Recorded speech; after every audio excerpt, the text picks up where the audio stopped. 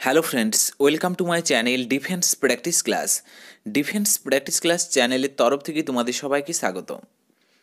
তো ফ্রেন্ডস, প্রত্যেক দিনের মতো আজকেও চলে এসেছি আমরা একটি নতুন ভিডিও নিয়ে, এবং আজকের এই ভিডিওতেও আমরা আলোচনা করব 20+ মোস্ট ইম্পর্ট্যান্ট এমসিকিউ প্রশ্ন উত্তর, যে প্রশ্নগুলো সাম্প্রতিক তোমাদের যে সমস্ত এক্সামগুলি রয়েছে, যেমন West Bengal police constable, lady constable SI, তাছাড়াও রেলের গ্রুপ ডি পরীক্ষা এবং রেলের এনটিপিসি পরীক্ষা ছাড়াও আপকামিং যে সমস্ত এক্সামগুলি রয়েছে, সমস্ত এক্সামের জন্য খুবই গুরুত্বপূর্ণ।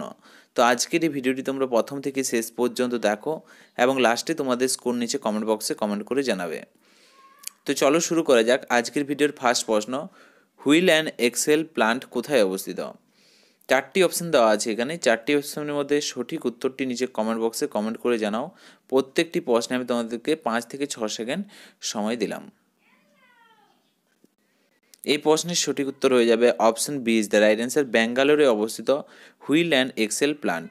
ব্যাঙ্গালোরের কথা যদি বলা হয়, কর্ণাটকের রাজধানীর নাম হলো ব্যাঙ্গালোর, যাকে সিলিকন সিটি বলা হয়, বিজ্ঞান নগরী বলা হয়। ইসরোর হেডকোয়ার্টার অবস্থিত ব্যাঙ্গালোরেই।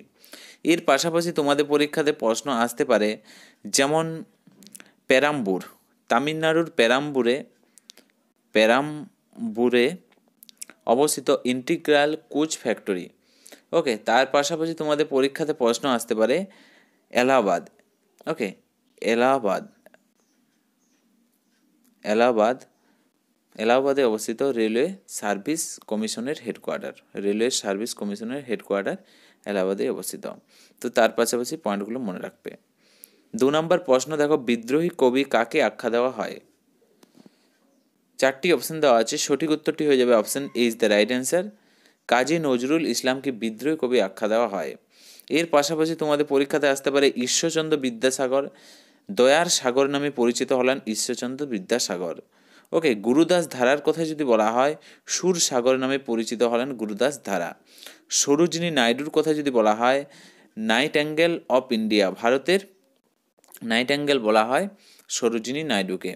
ওকে, তো তার পাশাপাশি এক্সট্রা ফ্যাক্টগুলো মনে রাখবে।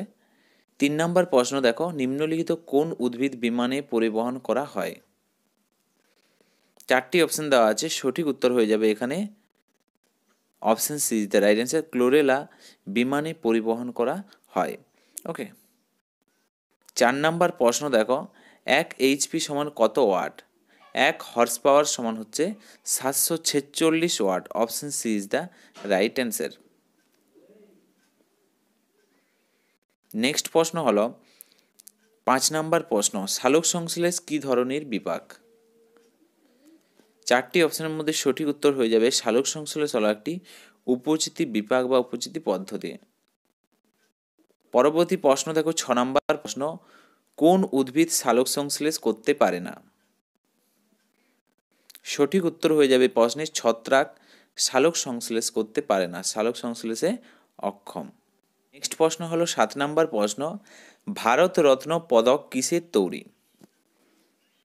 চারটি অপশনের মধ্যে সঠিক উত্তরটি হয়ে যাবে option C is the right answer. তামার তৈরি হলো ভারত রত্ন পদক। Option C is the right answer.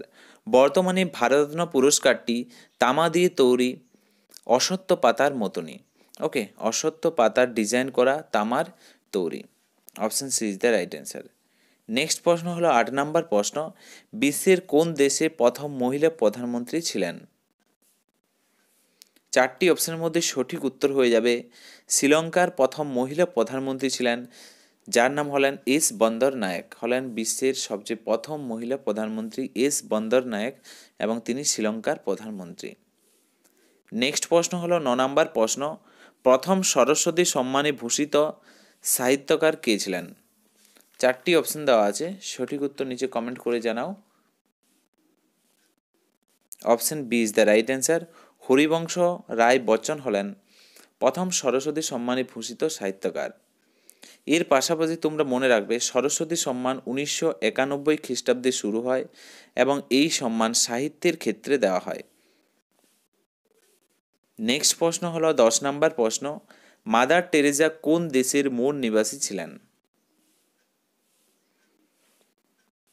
এই প্রশ্নের সঠিক উত্তর হয়ে যাবে মাদার টেরেজা ছিলেন আলবানিয়ার। Option C is the right answer. এর পাশাপাশি তোমরা মনে রাখবে নোবেল পুরস্কার মাদার টেরেসা কত খ্রিস্টাব্দে পেয়েছিলেন? 1979 খ্রিস্টাব্দে তিনি নোবেল পুরস্কার পেয়েছিলেন। তার 1 বছর পর 1980 খ্রিস্টাব্দে তিনি ভারতরত্ন সম্মান পেয়েছিলেন। ওকে, তো এই দুটি পয়েন্ট মনে রাখবে। 1979 খ্রিস্টাব্দে তিনি নোবেল পুরস্কার পান, নোবেল পুরস্কার, এবং 1980-তে তিনি পান ভারতরত্ন সম্মান। নেক্সট প্রশ্ন হলো 11 নম্বর প্রশ্ন, বিশ্বের সবচেয়ে বড় পর্বতমালা কোনটি? সঠিক উত্তর হয়ে যাবে option A is the right answer. Andes পর্বতমালা হলো বিশ্বের সবচেয়ে বড় পর্বতমালা। Option A is the right answer. Next হলো 12 নম্বর প্রশ্ন, ডুরান্ড কাপ কোন খেলার সঙ্গে যুক্ত? 4টি অপশনের মধ্যে সঠিক উত্তর হয়ে যাবে option B is the right answer. Football খেলার সাথে যুক্ত হলো ডুরান্ড কাপ। এর পাশাপাশি তোমরা মনে রাখবে সন্তোষ কাপ, রোভাস কাপ, এগুলি সবই হচ্ছে ফুটবলের সাথে যুক্ত। ফুটবল প্রথম বিশ্বকাপ শুরু হয় 1930 খ্রিস্টাব্দে উরুগুয়েতে। নেক্সট প্রশ্ন হলো 13 নম্বর প্রশ্ন, রাষ্ট্রীয় দুধ গবেষণাগার কেন্দ্র কোথায় অবস্থিত? 4টি অপশন দেওয়া আছে। রাষ্ট্রীয় ডেইরি অনুসন্ধান সংস্থা বা দুধ গবেষণাগার কেন্দ্রের কথা যদি বলা হয়, কার্নাল, হরিয়ানাতে অবস্থিত। Option C is the right answer. এর পাশাপাশি তোমরা মনে রাখবে রাজমুন্দ্রি, রাজমুন্দ্রিতে অবস্থিত তামাক গবেষণাগার কেন্দ্র, অন্ধ্রপ্রদেশের রাজমুন্দ্রিতে। নেক্সট হলো 14 নম্বর প্রশ্ন, ভারতে প্রথম জনগণনা কোন বছর হয়েছিল?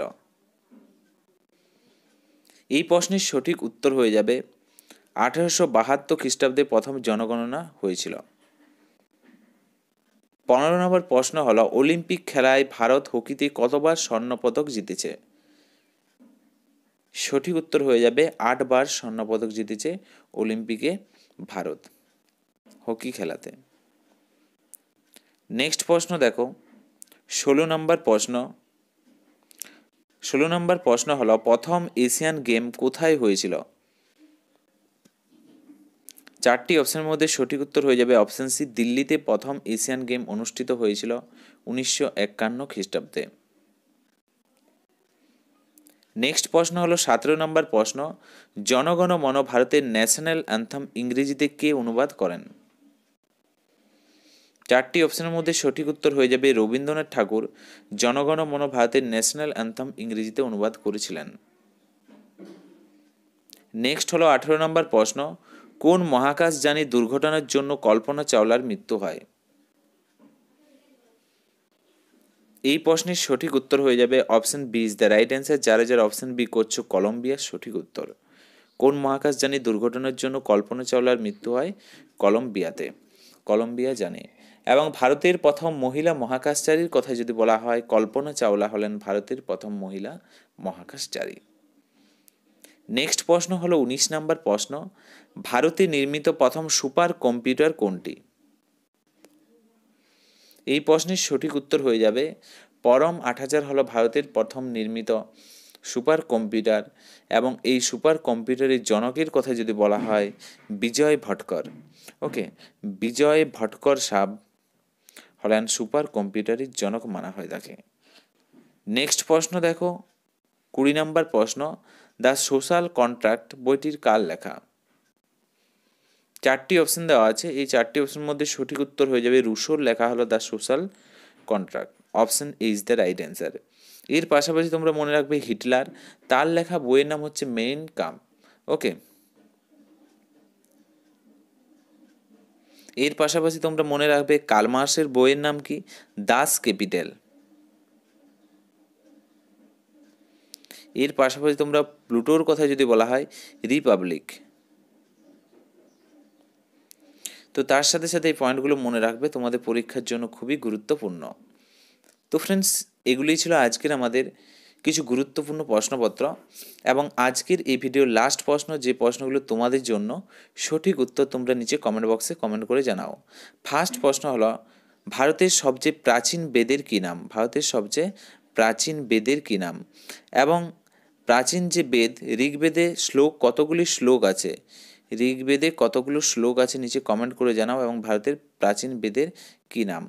এবং 3 নম্বর প্রশ্ন হলো, সঙ্গীতের সঙ্গীতের জনক কাকে বলা হয়? কোন বেদকে সঙ্গীতের জনক বলা হয়? ওকে, সঙ্গীতের জনক কোন বেদকে বলা হয় নিচে কমেন্ট করে জানাও। 3টি প্রশ্ন তোমাদের হোমওয়ার্ক রইল।